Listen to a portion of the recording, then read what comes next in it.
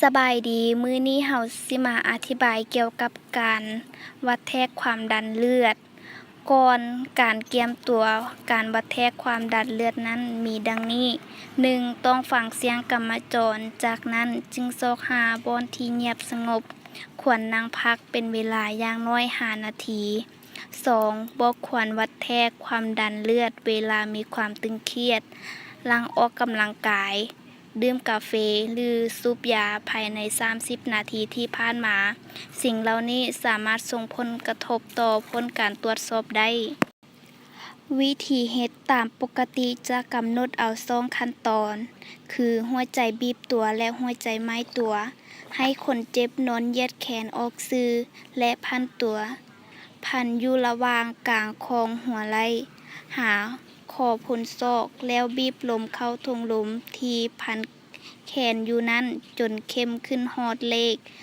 200จึงเซาบีบแล้วค่อยๆปล่อยตัวออกให้เข้มมันค่อยๆลงตามทงเตอร์ใส่หูฟังที่หูทั้งสองเบื้องโดยมีเบื้องอัพเสียงนั้นแปะลงใส่บอนกลางทางกลางขอบพับแขนศอกนั้นแล้วฟังเสียงของเส้นเลือดเต้นมันดังทำอิดอยู่ซื้อเลขใดและสุดท้ายเซาดังอยู่ที่เลขใดแล้วจึงอ่านเป็นผลออกมาความดันเลือดปกติทางเทิงแม่น90/140ทางลุ่มแม่น60/90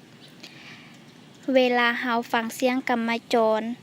ลังทำอิฐให้จื้อตัวเลขนั้นไว้และเสียงกำมะจรครั้งสุดท้ายแม่นตัวเลขข้างลุ่มสมมุติว่ามันดังครั้งทำอิฐอยู่ซื้อเลข120และสุดท้ายมันเซาอยู่เลข80ก็อ่านพ้นว่า120ส่วน80หรือว่า12/8หรือว่า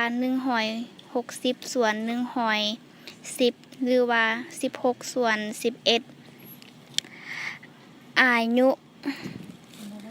ไล่ตามอายุ45ปีขึ้นไปความดันเลือดจะสูงกว่า150ขึ้นไปถ้าว่าต่ำกว่านั้นแม่นผิดปกติให้ไปหาแพทย์ได้อายุ60ปีขึ้นไปจะไล่แต่